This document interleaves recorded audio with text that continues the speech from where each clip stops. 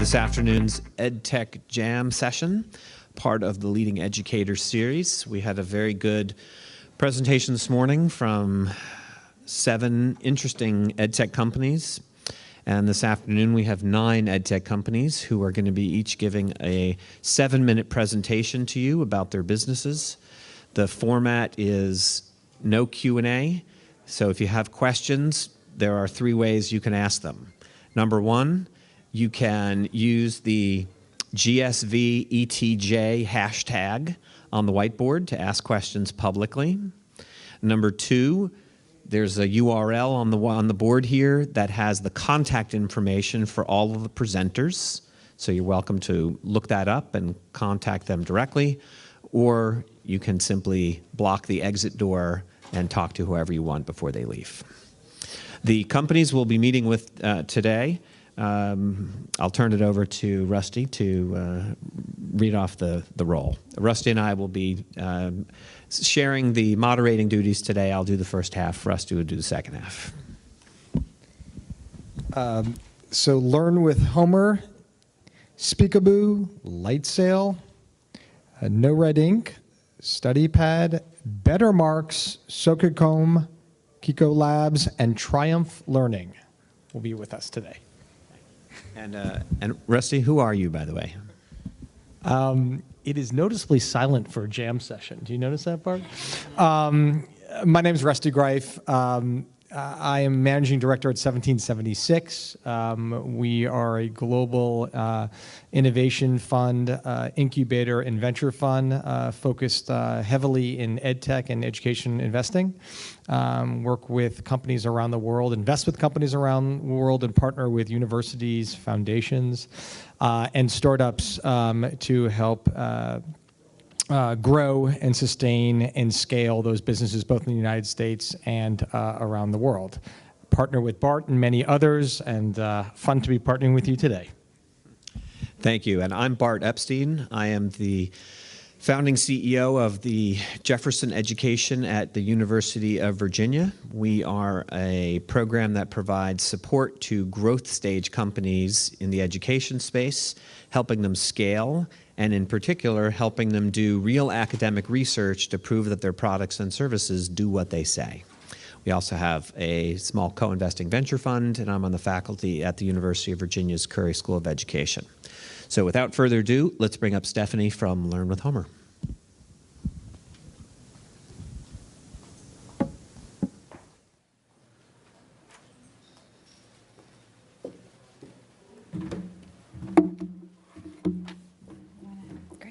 Hi, thank you very much, Bart. Thank you, Rusty. I'm Stephanie Dua. I'm the founder of Learn with Homer. Britt Myers is my co-founder here. He was actually formerly in a band, so if you want to kind of get the jams going, we could stop the presentation now, and you could, no, you know, okay. So we are excited. Today marks a big milestone for our company. We're 3 years in. Oh, sorry, just 1 minute, yeah. Level by level, book by. Yeah. No. So it marks a big milestone for the company and the product, and we have a big announcement here at GSV that Britt will talk about in a moment. For those of you who we haven't met yet, Homer is a global children's learning and education company. We have a really bold vision, which is to fundamentally transform the academic trajectory of children's lives. And really the inspiration by way of background for the product and the company came from my experience having run the Fund for Public Schools in New York City for nearly 6 years with Joel Klein, Mayor Bloomberg, and Caroline Kennedy. And coming out of that experience, I had 3 observations. One was that we didn't have any really highly scalable solutions to our academic problems. We had a lot of pockets of success, but nothing that we could sort of just light fire to in a matter of year or 2. We could see transformative change. The second observation I had was really that the problems were really persistent, and 3rd grade reading being a particularly persistent and important problem. And for 50 years, our NAEP scores were largely unchanged, despite spending more and more money on the problem.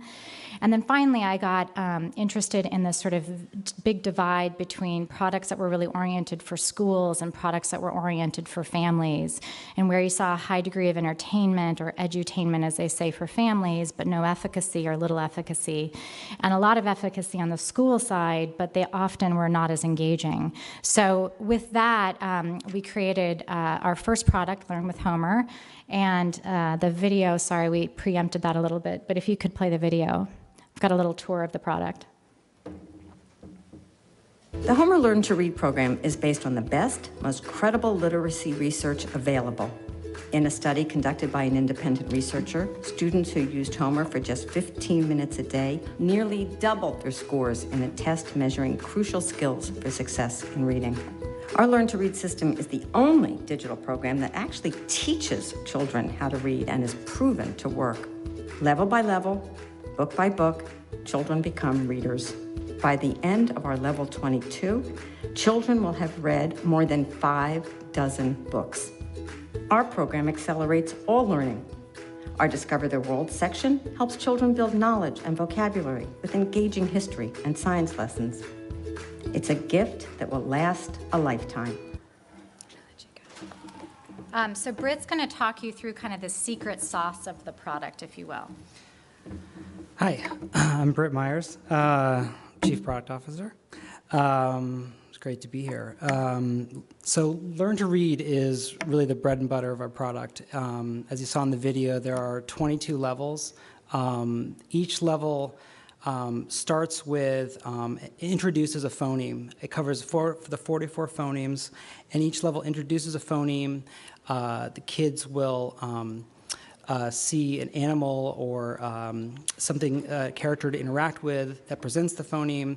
Then they see a video of a child speaking the phoneme, and then they get a chance to record it themselves, and then continue through to play games and repeat a lot of repeating games around these phonemes. We present one by one each letter with this matching sound. And as soon as children learn 3 sounds, they start reading and spelling. And as you saw in the video, level by level, over 22 levels, children read and spell more and more words. We teach reading and spelling at the same time, which produces faster results. And in a remarkably short time, children can read simple books and record themselves doing so. One of the more special areas of the product is our decodable readers, which we have over 60 of them in the app. And these are the first books that a kid is going to read. And we recently rolled out these books in level 2 of Learn to Read. Previously, they'd been all the way up at level 8. And what this means is that kids can start reading a very, very simple book earlier in the progression. And this will hopefully boost their confidence and engagement with reading and begin the transition to reading to learn. What the secret, special thing about the decodable readers is that they have a very smooth progression of the child being able to sound out and listen to the sounding out of individual words, and then be able to record those words. And you slide to record, and you can record and sound over each word. And then you can hear yourself play back the story. And we hear all the time of families and kids who are talking about, who want to, or are so excited about playing back the story that the first book that they've read. Let's tell them about the announcement. Yeah, so we've got a minute left. Oh my gosh, it just flies by. Here I am. So anyway, we're very excited to be bringing Homer into the classroom now. We started out as a consumer product, and we've always been a consumer product, but we've had 2 years of working with teachers and getting feedback from teachers who are using it in the classroom as a consumer product. And we're bringing out a teacher dashboard where teachers can put together a classroom, they can create customized lessons for kids, and they can see progress tracking for kids. They can also invite parents to work with Homer. And so we're announcing the free product today at GSV, and there's ways you can reach us for this, but we've already had 10,000 classrooms sign up for the free product, which is amazing. We have a woman in the Philippines in the public schools, who's running an efficacy study in the Philippines. We have schools all over the world looking to use it to teach reading, both as English in the United States, but also English as a second language. So we're interested in partners in the US, Canada, Australia, and the UK, but also really looking with a keen eye to Asia and China, where we already have at least 20% of our paying consumers. are in China now, and we've done nothing for that product yet. So we're really excited about the momentum. Lastly, we've grown the business tenfold in the last 6 months. So we're excited about continuing that progress in the schools. And with that, yes, thank you. Thank you. Thank you very much. All right, let's bring up Noel from Speakaboos.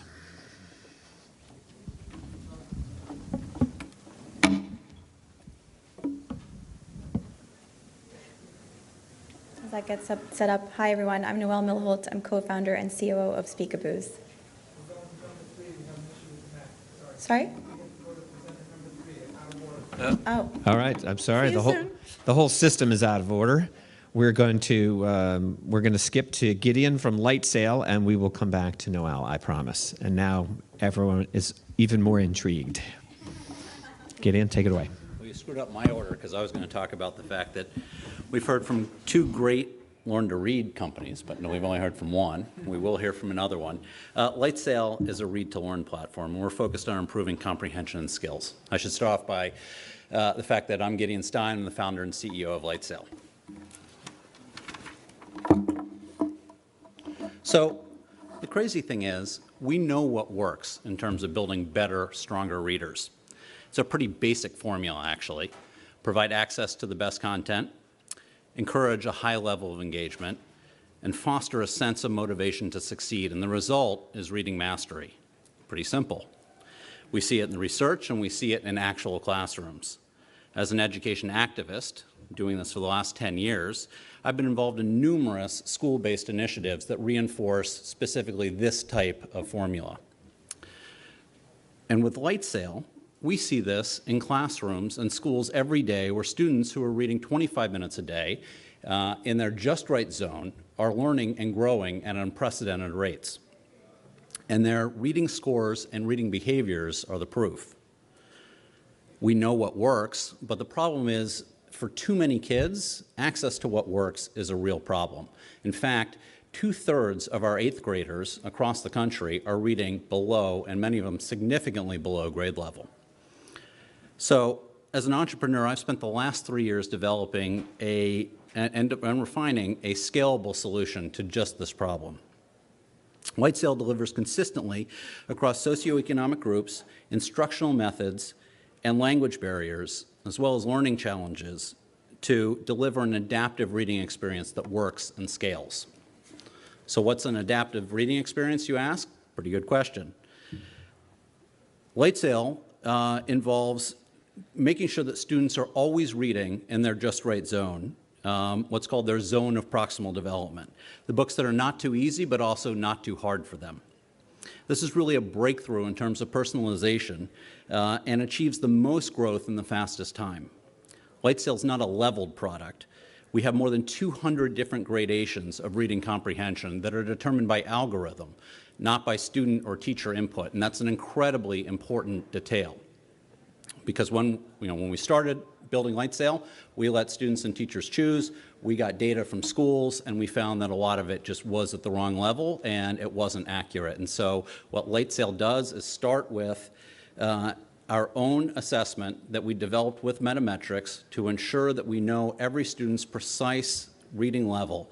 It is grade leveled and then adaptive, sort of like the GREs, and from there we're able to determine each student's specific lexile or reading level, and from that we're able to build a personalized library for each individual student based on thousands of books and texts and articles. LightSail's free starter library includes more than 1,700 high-interest books, articles, and texts that can be supplemented with more than 4,000 high-quality pieces of content, books, and more articles from all of the top publishers and hundreds of smaller publishers. These are all assessed by the LightSail team. LightSail's free and premium libraries, including the Washington Post, are growing each and every month, and we're adding thousands and thousands a year. LightSail ensures that students stay engaged by monitoring right in the text. Students' lexiles are updated, and their library adapts in real time. Students see closed assessments every 2 to 4 pages. These are sentences with a word missing. They click on it and they have 4 word choices and they have to pick out the right one. Data is available for teachers at their fingertips and in real time. LightSail believes in multiple measures of assessment, including LightSail closed items, multiple choice questions, short response questions, and they're all standards aligned. LightSail tracks reading behaviors, including text selection, annotations, and speed of student reading in each book, and rewards students for growth and progress. All of these data present a comprehensive picture of each student so that teachers can target instruction and motivate students on an individual basis. LightSail's algorithms work behind the scenes to ensure that students are always reading in that zone of proximal development, those just right books that will grow them the fastest. LightSail believes in transparency with students about their own data. We display meaningful info on personal growth and stamina, and also include a LightSail predictive growth feature, which has proven to be highly motivating for students who want to beat their predicted LightSail score, which in turn is causing students to slow down, to attend more closely to what they're reading, to look up more words, all the types of behaviors that we want to see with students. They're doing it because they're motivated to do it in the way that we're displaying data to them. But don't just take our word for it. LightSail's won dozens of awards, including a 5-star review 2 years running with Graphite, which we're incredibly proud of. But we're particularly proud of the feedback that we get from teachers and students who praise LightSail for our easy-to-use, engaging, and intuitive platform.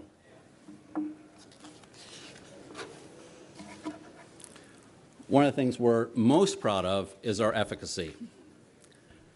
Here's a typical school using LightSail for 30 minutes a day across a 31-week period. This is a school that is almost entirely ELL students in the high 90s, and high 90s for free and reduced lunch. So ELL and Title I.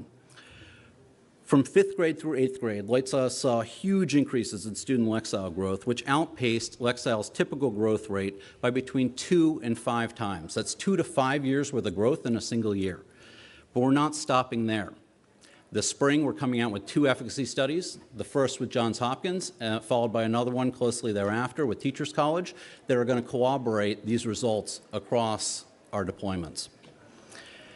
And we have a 2-year quasi-experimental design study with Johns Hopkins University that's focusing on student data of students using LightSail across 3 districts, tens of thousands of students across 3 districts, Denver Public Schools, Evergreen Public Schools, and Boston Public Schools, that will run for that 2-year period and further corroborate these results with tens of thousands of kids.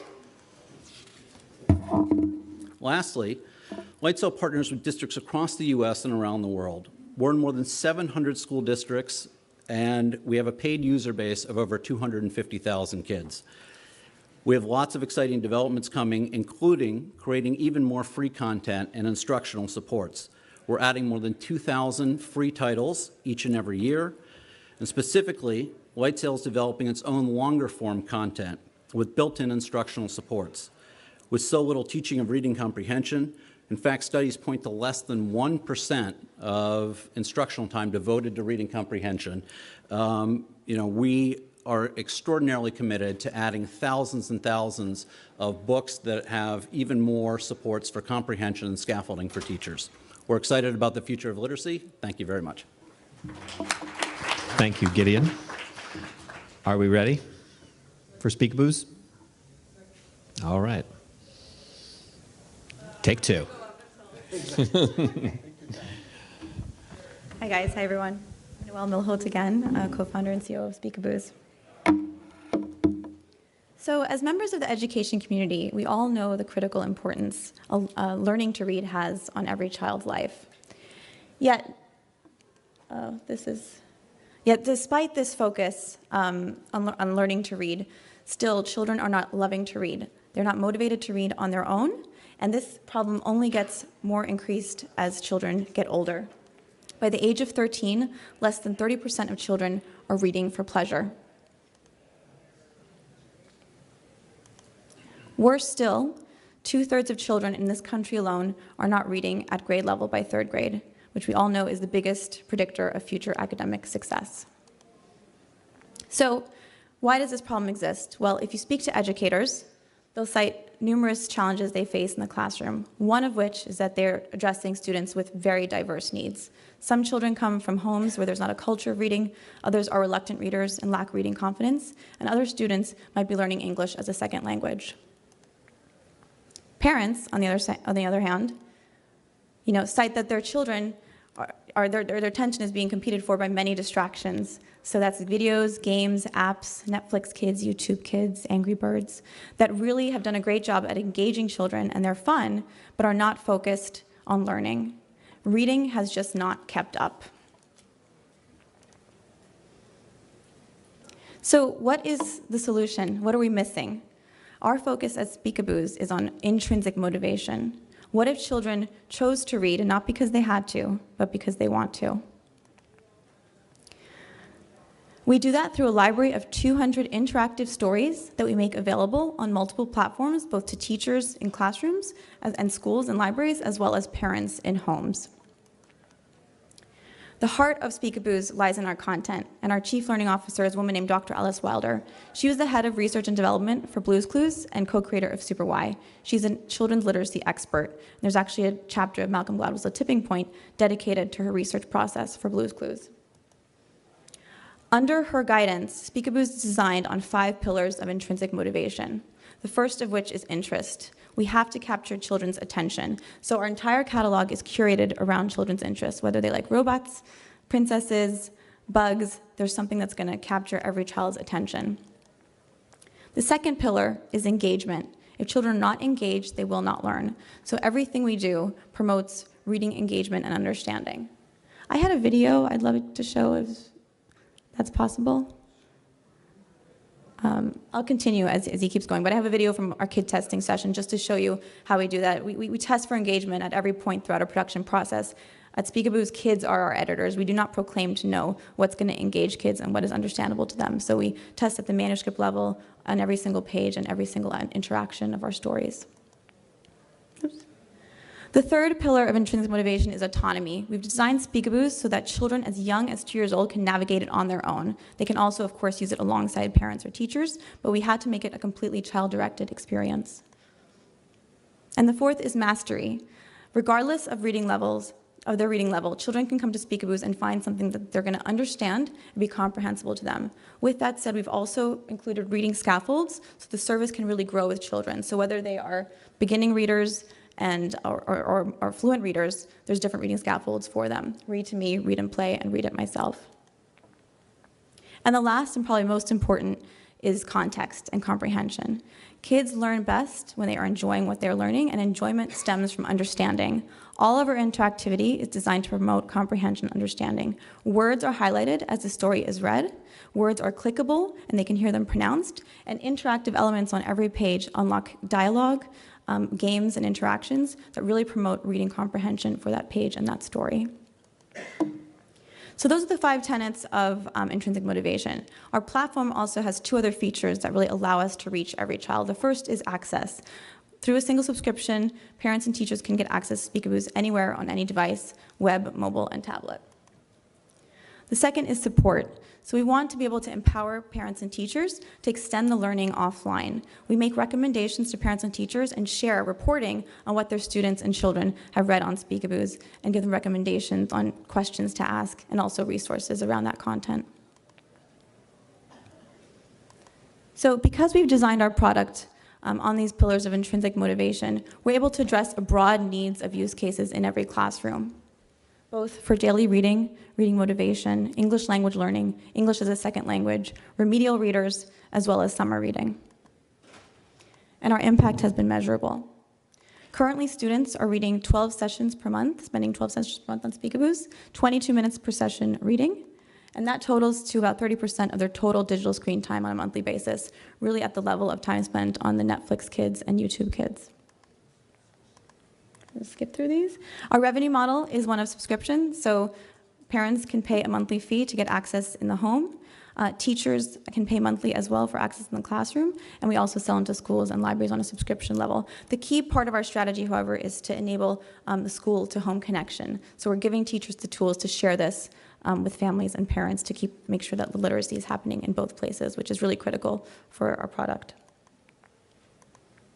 So we launched out of beta last summer.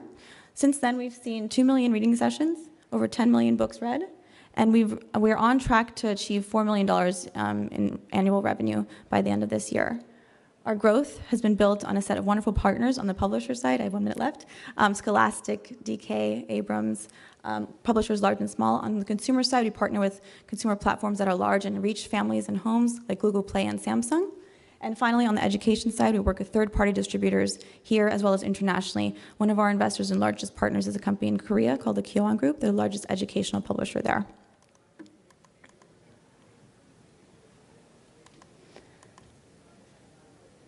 We have a great team, all full of experts in the children's media industry.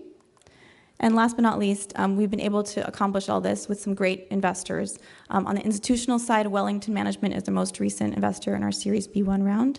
This is the first time they made an education investment. They're investors in Uber, Warburg Parky, and Pinterest. And on the individual side, Rick Siegel is an investor from Rethink Education as an individual investor, as well as Deborah Quazzo from GSV. I have free coupon codes, and our director of distribution is here. I'll be happy to share them with all of you if you'd like to test Speakaboos out for yourself. And of course, can be reached via the Twitter handle. Thank you. All right. Thank you very much, Noel. Next up, Jeffrey from NoRedInk. I could have used you many years ago.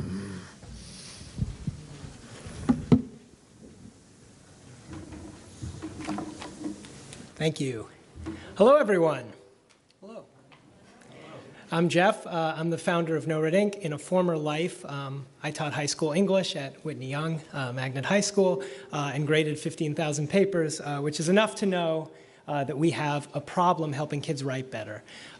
75% of kids are below proficient in writing, and for the last decade, on both the SAT and the ACT, the lowest scores have not been in math. They haven't been in reading. It's the writing section. A lot of it's grammar. The reason this happens is that when kids get their papers back, they have no idea what to do with the feedback.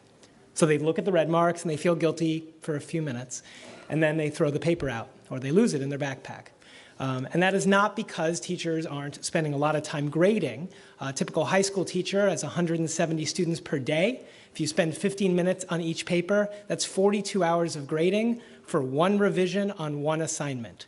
Teachers are way too overwhelmed to make a statistical difference with feedback, and that's why administrators continually see that kids' scores are not getting better.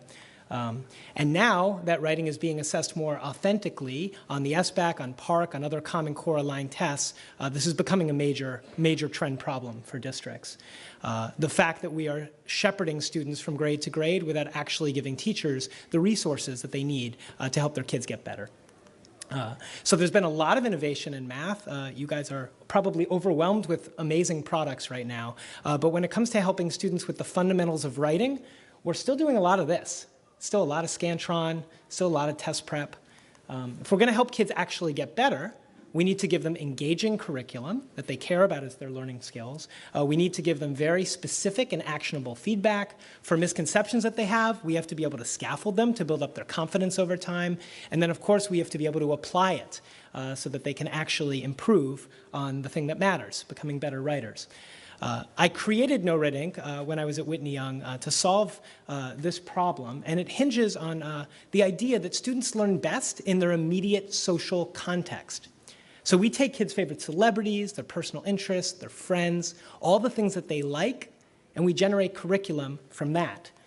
So that rather, if students like Harry Potter, if they like the Hunger Games, if they like Justin Bieber or Beyonce or Bruno Mars, regardless of what they care about, we can actually generate curriculum that kids are engaged in as they're building important skills. So the way this works as a teacher, they can create diagnostics, assessments, different types of assignments. They select the curriculum that they want. And then instantly, on a diagnostic, they will be able to see which of their students are struggling through Proficient, and what are the overall class trends. What are the weakest areas? What are areas that students could get a lot better at? And then from there, they give these assignments where students work on different learning paths.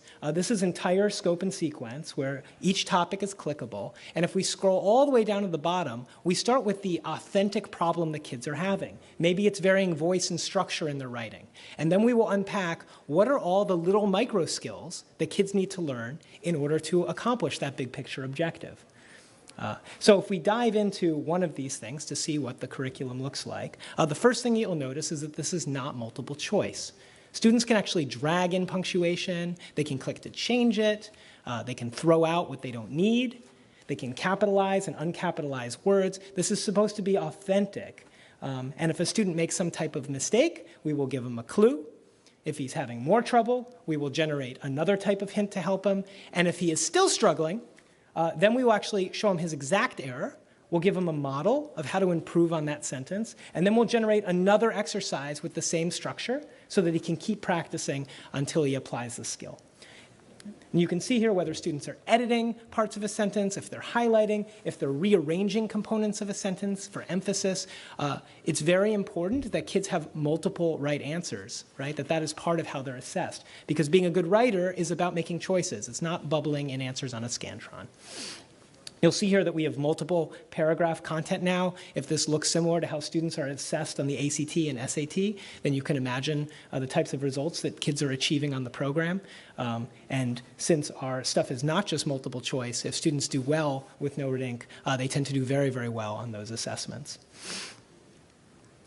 Meanwhile, while kids are working, teachers can see the specific remediations that are necessary. So here there's a little color coding to indicate what interventions need to be taken with which student. And if teachers really want to drill down, they can look at an individual kid and they can see all the different micro skills and where that student can focus.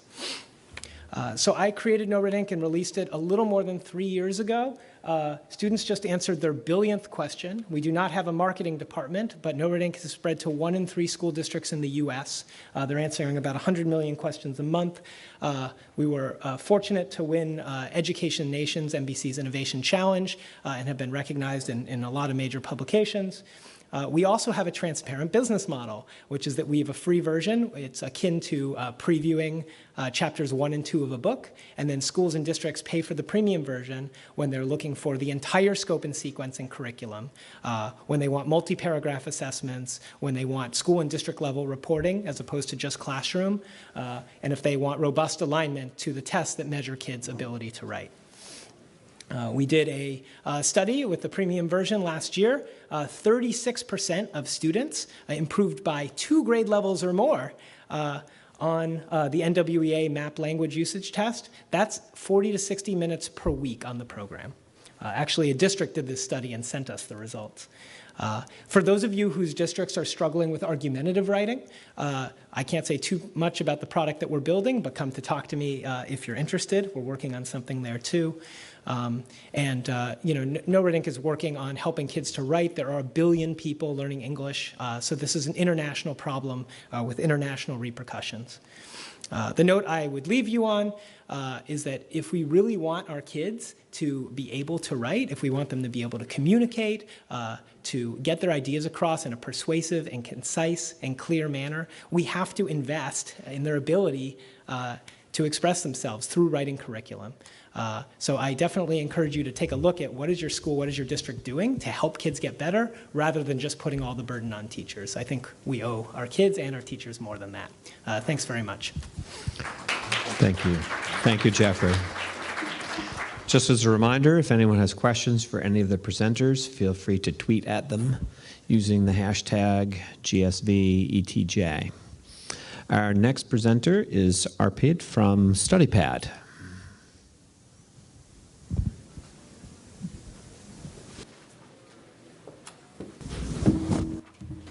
Hello everyone, my name is Arpit Jain. I'm co-founder and CEO of StudyPad. So SplashMath is the name of the product. So I'll start with a simple fact. More than 50% of the kids in US, they find math boring. And that was kind of shocking for us.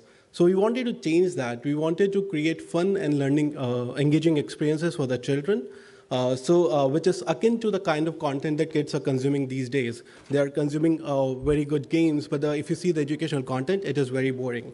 Right? So Splash Math is a math practice program for elementary school children in kindergarten to grade 5. We started as a consumer business, but then we saw a lot of interest from the schools. So last year we launched our school product as well. It's available across devices. The product is adaptive, so it's personalized to each and every individual children.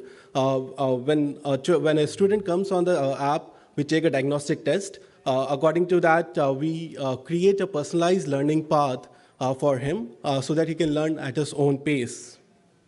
So before I dive more into the details of the product, let me tell you a couple of stories. So Robin Meeker is a parent of 3 amazing children. Her eldest child was facing a lot of problems in math. He was losing confidence daily. So she downloaded Splash Math from the App Store, and after that, her child was introduced with Splash Math. Very gradually, he started developing confidence, and in just 4 months of the time, he completed the whole 3rd grade curriculum. And Robin then went ahead and downloaded the 4th grade app. And the best part was that the experience, the gamified experience, it was completely different between the 3rd and the 4th grade. In 3rd grade, we had an underwater theme. In the 4th grade, it was a space theme. So children don't like to use the same game, theme and same game now and then. So this is something which Robin liked a lot. Similar is the story of child Zach, student Zach. He was struggling in two-digit addition. But as soon as he was introduced to Splash Math, he loved the fact that he can study at his own pace and without being judged by other students. So we have thousands of such stories. Parents and teachers love our app on the App Store. We are rated highly. We have won numerous awards. Here's a small demo of the product. There's a voice. Yeah. So we have different themes for different grades. So this is the kindergarten app.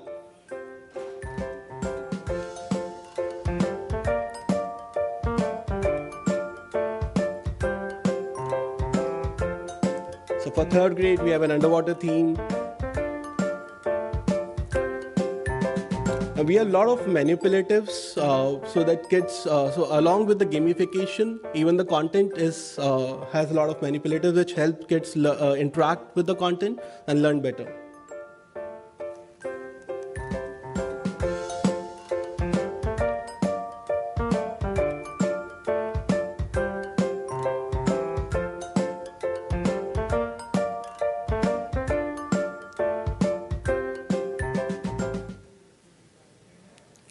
And we believe that both parents and teachers, they also play a very important role in child's education. So for parents, along with the web dashboard, we also have a parent app. So even if they are at office, they can monitor regularly how child is doing, and we send them regular updates on child's progress. For teachers, it's very easy for them to set up a classroom account. It just takes them 5 minutes. They can see the progress report of the classroom as a whole. If they want to dig down into a report of a particular student or a particular skill, the dashboard helps them to differentiate that as well. And they can assign, from the dashboard itself, they can assign the weaker skills to the student so that they can improve upon it. We did an efficacy study recently through a third party, and it was a pilot study, and in just 8 weeks of time, we saw that there was 11.8 percentile points improvement for the students who use Splash Math effectively. Apart from that, more than 92% of the students had improved confidence, and 85% had improved problem-solving skills, which is very essential for Common Core. We have another study which is going on. It's a year-long RCT study, and we are expecting results in July. So we started around 5 years back. Most of our growth has been organic. We do not spend any money on paid advertising. Yesterday, actually, we hit 13 million downloads, and we are growing at a rate of 500,000 downloads every month. We launched our school product last year, and we already have more than 100,000 teachers who are using it, and we are growing at a rate of around 10,000 teachers every month. So behind all this, we also have a very advanced architecture that enables us to scale Splash Math very fast. We are already localizing it in 4 languages, and it's very easy for us to localize into other languages as well. The architecture enables us to have a cross-platform delivery of the content. Apart from that, there is one thing which is very different in our app set, that it is available offline as well. So even if you have low bandwidth in your classroom, and if even if parents wants to get their kids to practice Splash Math on the go, that's possible. And as soon as the connectivity is there, we sync back all the reports back to the server. So I'll skip this. So we already have K through 5 math, but we want to do K through 8 math and ELA in next 2 years. So we are looking for partners, for the content partners, so that we can get the content and we can create engaging solutions for that. We are also looking to expand in other countries, mostly English-speaking countries like Australia, Canada, and Singapore. We have offices in US and Silicon Valley and in Delhi. We have a team of 39 of great engineers, designers, animators. We raised a very small seed round when we started 5 years ago, but we have been profitable since then. So we have a booth at the Seaport Foyer. So if you have any questions, you can just come there. If you want to know more, please do visit. Thank you. Thank you. Next presenter is going to be, is Bettermarks here? Great.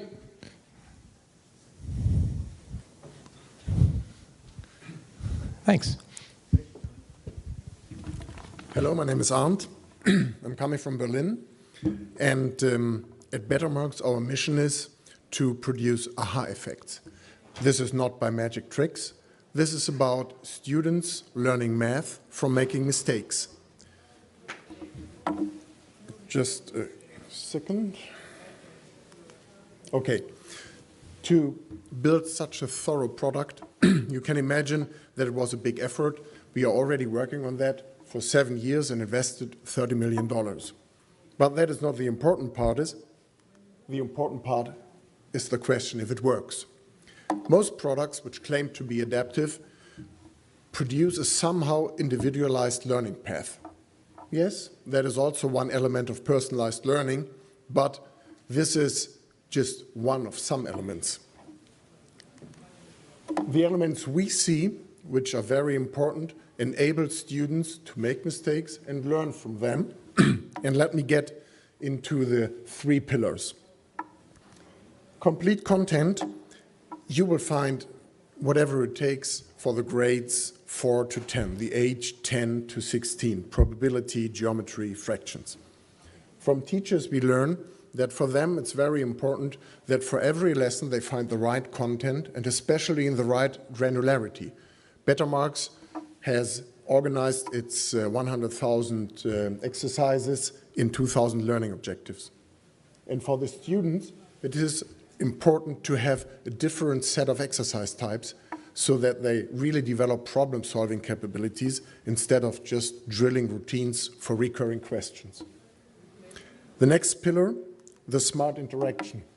The best tool to make mistakes and think creatively would be a white sheet of paper, but that doesn't give feedback. Just imagine how hard it was to build 100 different interaction tools which really enable the students to make mistakes and have the full freedom of input. The multiple choice, you're all aware of that. That might work for testing, but just imagine how a student should learn to build a right-angled triangle, but just picking one out of a set of multiple choice answers.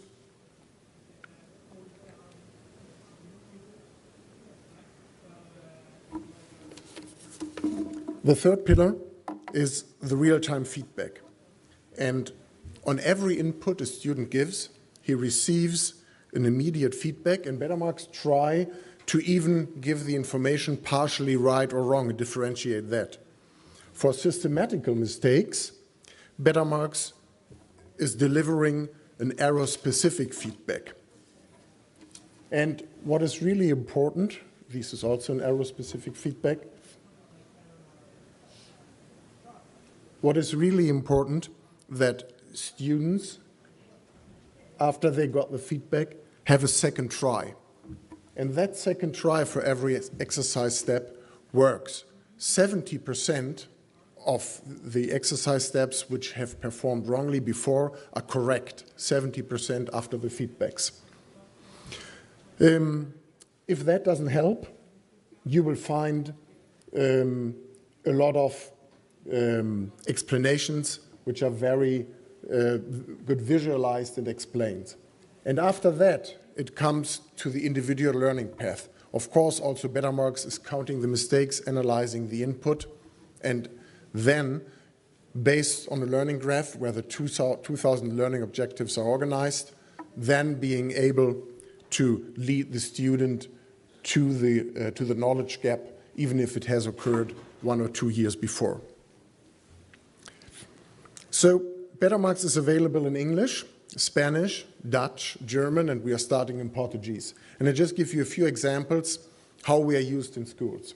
In the US, we are, I would say it's a pilot, although it's fully working, with new classrooms, which is a front runner of personalized learning, and they are using Bettermarks very intensely compared to the other math content which is available there.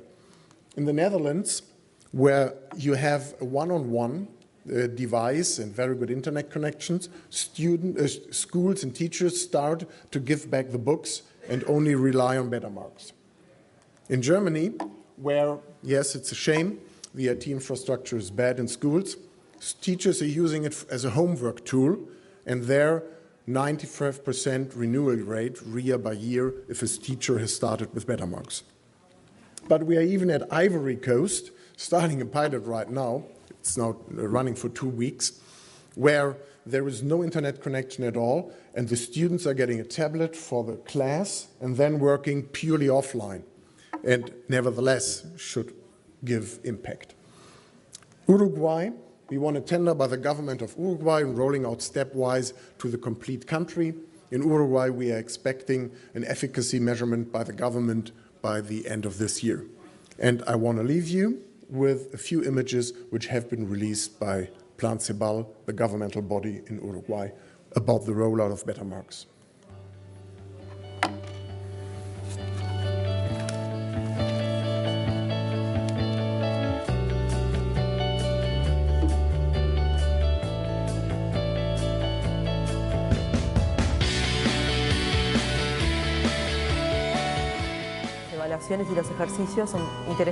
We have achieved several things. First, the kids' motivation and interest in math has significantly increased. They now understand that mistakes are something natural, and they repeat exercises until they get them right. The results in tests and evaluations have improved. And finally, kids who previously did not do their work have now started to do it. That's priceless. Thank you, Art. Thank you very much. Next is Snehal from Sokikom, who I actually saw around 2 or 3 years ago on this, so I'm excited to see the progress. Hello, everyone. I want to start off a little differently. If I could have everyone stand up. I know you guys are seated and comfortable, but if I could have everyone stand up, and please stay standing if you have heard of, do we got the slides coming up? Oh, okay, all right, sorry. Duke's catching up. But please stay standing if you have heard of at least 2 other math programs outside of Sokikom. How many of you have heard of 5 other math programs outside of Sokikom? What about 10? And stay standing if you've heard of, anyone here have heard of 10 other math programs outside of Sokikom? So take a quick look around. Needless to say, there are a lot of other math programs out there. So I'd like to start off by explaining how Sokikom is different. And thank you for standing. Please have a seat.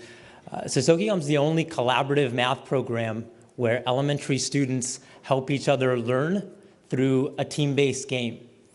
Now, to start off, I'd like everyone to think a little bit about what the culture in the elementary classroom looks like. You see, in the average elementary classroom, many students still lack foundational math skills. And as a result, they struggle, have low confidence, and get frustrated with math. And this is something that I observed firsthand as an elementary math intervention teacher in Arizona. Now, do we think these students are going to raise their hand to indicate that they're struggling? Probably not. Now, there are some students that do get the math, and I was one of those students growing up, but tell me, are these students typically praised by their peers, or are they ostracized?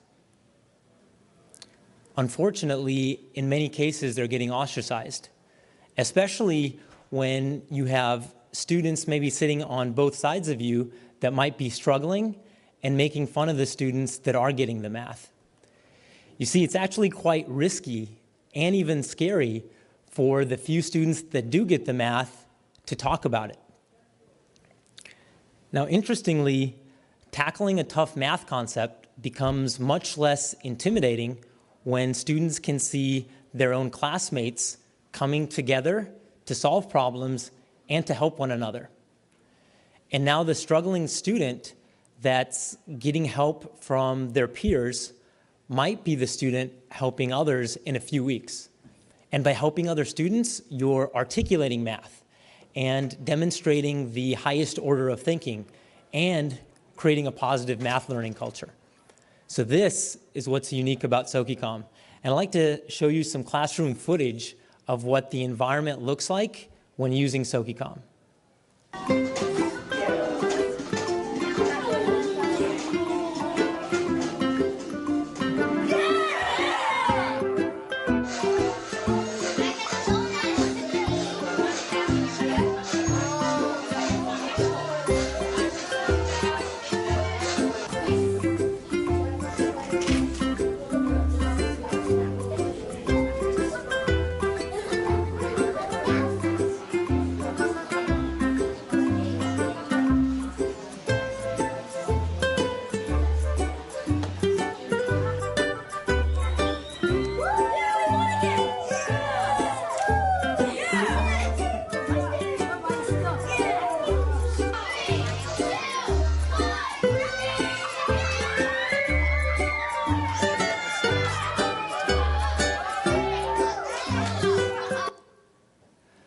So just in case you were wondering, those aren't actors, and none of that was scripted. That's actually pretty typical of the level of engagement that you'll see in any classroom that's using Sokikom. And we've built a proprietary, massively multiplayer online learning engine that allows an entire classroom to collaborate and compete in real time to solve math problems at each student's pace and level.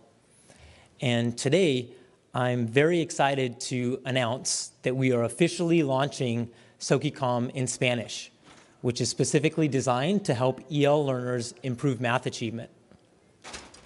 We've also performed numerous year-long studies in classrooms across the country that have repeatedly shown that Sokikom use has led to higher state test scores. We're actually wrapping up a multi-year study with the Rio School District where we've seen some correlations with Sokikom use and higher SBAC scores. Sokikom was developed through multiple grants from the US Department of Education, where our initial focus was on students. But what about the classroom teacher, which I think some of my fellow presenters earlier talked about? Which, by the way, research shows classroom teachers are the single most important school-based factor impacting student achievement. But oftentimes, elementary teachers don't even consider themselves to be math teachers. And in fact, in a recent national survey in the Mathematics Education Teaching Report, elementary teachers across the country indicated that they wanted to get better in their math content and pedagogy. But how do we go about helping teachers improve their mathematics teaching practice? I mean, that's a challenging thing to do. Well, the research shows that it's not enough just to demonstrate what effective math instruction ought to look like. No. Instead, teachers need to have a belief change, a shift in mindset. Well, how does this change occur? Belief change begins to happen when teachers can see their own students learning mathematics in ways that are fundamentally different than the ways they were taught mathematics. And after realizing this, we began developing a unique professional learning program where we help teachers in their classroom experience this type of belief change. We also work with site leaders in using data to inform instruction and improving the overall math learning culture. We have an incredible team. We're at an exciting point in the company where we're growing and looking for ways to accelerate that. We also have a table at Tomorrowland, which is on the second floor, at 3 o'clock right after this talk, where you can come take a look and kind of get a closer idea of what the program looks like. Please stop by, introduce yourself, and I look forward to meeting some of you throughout the rest of this conference. Thank you. Thank you. Thanks, guys. And again, a reminder, the handle is right here on the right with any other follow-up questions you have. We want to create as much dialogue as possible, and ways to funnel questions back and forth can come through with the handle. Next is Grace at Kiko Labs. Nope, I apologize. Next is Triumph Learning with Rick.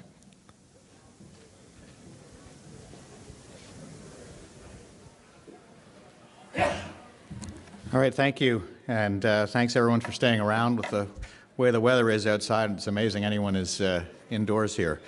My name is Rick Noble. I'm CEO of Triumph Learning. I'm going to spend my 7 minutes talking about Waggle. I'm going to cover 4 things: what it is, who it's designed for, how it's used, and then most importantly, of course, how the efficacy results from it. Am I advanced here? So Waggle is a digital smart practice solution released 18 months ago. It covers math and ELA for grades 2 through 8. And at the risk of using an overused term, it's a truly adaptive program that provides students the right challenge at the right time. And what do I mean by right challenge at right time? Using Newton's recommendation engine, Waggle analyzes each student's progress and offers up tougher material when they're ready, or easier content when they need scaffolding or review. With Waggle, it's not just about getting the right answer. We find that the journey to that right answer is equally important. At Waggle, we believe in productive struggle and motivating students through helpful hints, supportive feedback, and achievement badges that all interact to build grit and confidence. Waggle also seems to motivate through friendly competition between classes and schools, as evidenced by this unsolicited photograph from one of our customers. And from a teacher perspective, Waggle provides real-time, actionable insights into students and allows educators to easily identify individuals or groups that need intervention or follow-up according to their unique needs. And I'll get to some example dashboards in 2 or 3 slides that help illustrate that. So Waggle includes 11 enhanced item types and games. In other words, all of the item types that a student's likely to encounter regardless of what standards or assessments they're using. We designed Waggle around skills, not standards, so it's applicable regardless of what view your state or district is taking on standards. And where does Waggle fit? We have customers using it in class for extended learning time, homework, response to intervention lab, or summer school, and of course we have some schools who are using it for combinations of these. Just as students get the right challenge at the right time, teachers get the right metrics at the right time and have access to an incredible amount of information. This particular dashboard shows Mr. Brown's class, and he can immediately see that 10 students need help, and he can drill down and see exactly what they need help on. You can also see who needs praise and encouragement and how much time has been spent on Waggle by his students and so on. And of course, it's not just teachers that have dashboards, students and administrators as well. In fact, there's an abundance of dashboards in Waggle, too many to show here, but you can see more at our website, wagglepractice.com. And now for the really good stuff. This is the first of 3 slides on the most important thing about Waggle, which is efficacy. In this case, City Springs Elementary School in Baltimore, Maryland, and they had 450 3rd through 8th grade students using Waggle last year every day for both math and ELA. And there's a lot of numbers up there, but the bottom line is that from 2014 to 2015, on average, the percentage of these students that reached their NWEA growth target doubled. And then at Winbrook Elementary in West Palm Beach, Florida, this was the only school in the West Palm Beach district that used Waggle. And the percentage of students in the top 2 quartiles of the Florida Standards Assessment was higher than the rest of the schools in their district by 34% in math and 28% in ELA. And last but not least, under the heading of efficacy, 2 schools here, the first being Blue Springs, Missouri, which saw a 30% increase in the students at proficient or advanced levels of the Missouri assessment program. And then Anderson, South Carolina, which experienced a doubling of the number of students proficient in the 2015 ACT.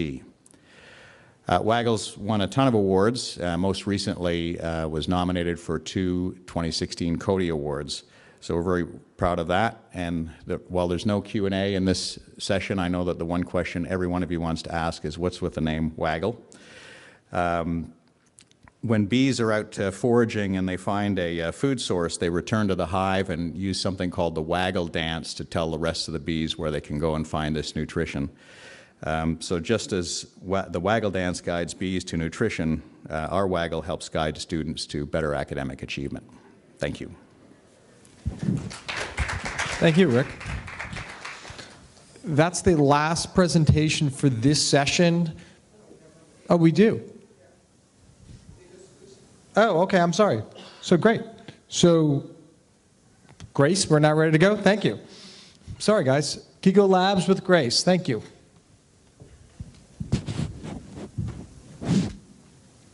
Hi, everyone.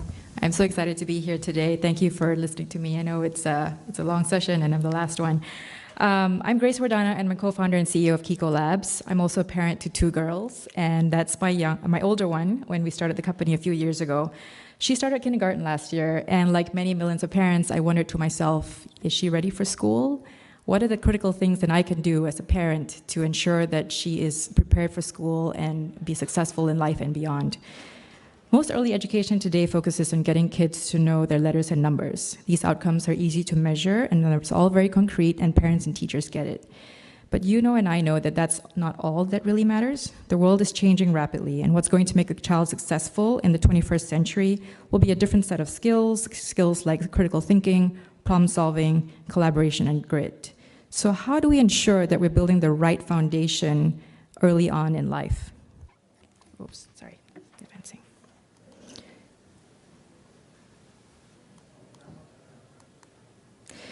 Research from the Harvard Center of the Developing Child points to one set of fundamental skills that matters most: executive function.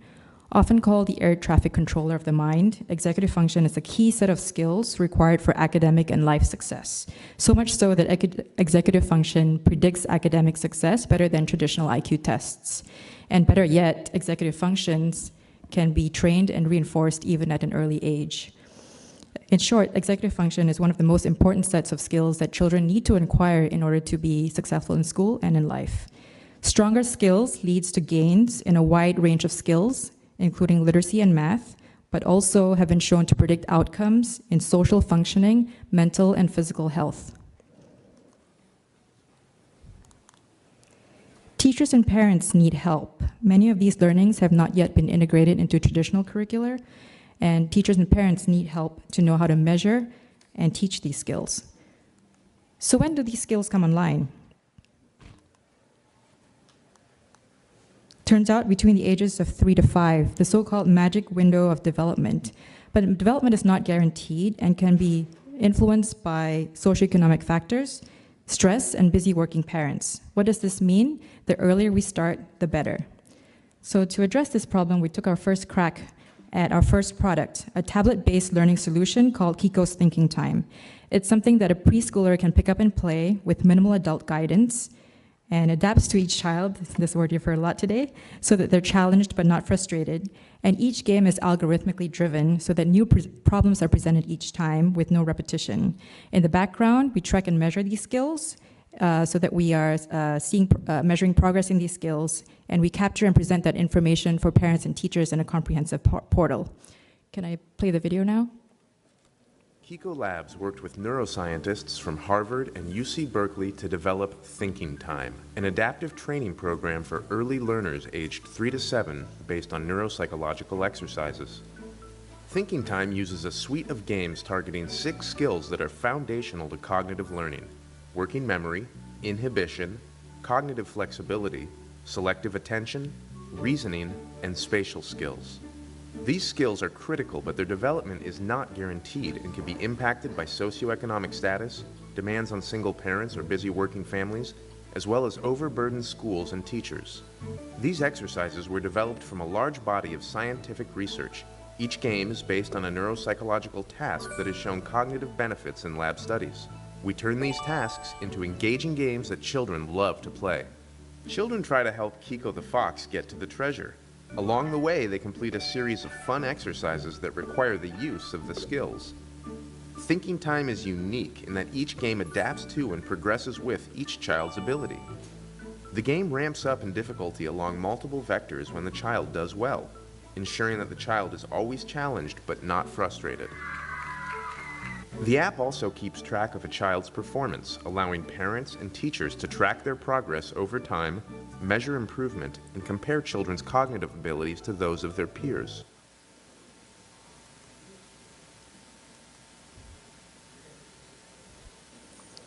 So we believe we have a great team to make this happen. My co-founder and I were former executives at a venture-backed social gaming company called Gaia Interactive, and we're fortunate to partner with top-notch board of cognitive neuroscientists, including former faculty from the Harvard Graduate School of Education and a neuroscientist from Lumosity's advisory board. We collaborate with research fellows on game design and as well collaborate with top gaming talent. We believe we have the necessary expertise to make this a super engaging product as well as a research-based product. We're fortunate to have strong backers that believe in us and support our research-based approach. We have won grants from the U.S. Department of Education and early funding from incubators and angels, including CoLab, 500 Startups, Guitar Hero co-founder Kai Huang. Our research partner is WestEd, and we've concluded a bunch of feasibility studies conducted in public schools, and we have a large efficacy study, RCT study, coming up this fall, and we're very excited to find out what the impact of Kiko's Thinking Time will be on executive functions as well as early academic outcomes.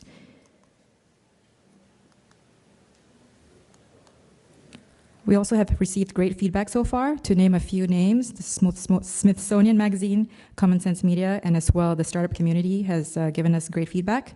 Most importantly, we have glowing reviews from our customers, which includes parents who find our product super engaging and teachers who find the data from our product super useful.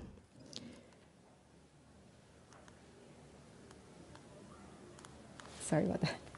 So what's our business model? It's very simple. We sell to parents directly through iTunes and the web, and Google Play is soon to come, and we sell subscriptions. We also started selling to schools directly and through distribution partners recently. We know that a large portion of our customers are educators, so this was the natural next step for us. So in conclusion, we know that in a child's life, the early years matter most.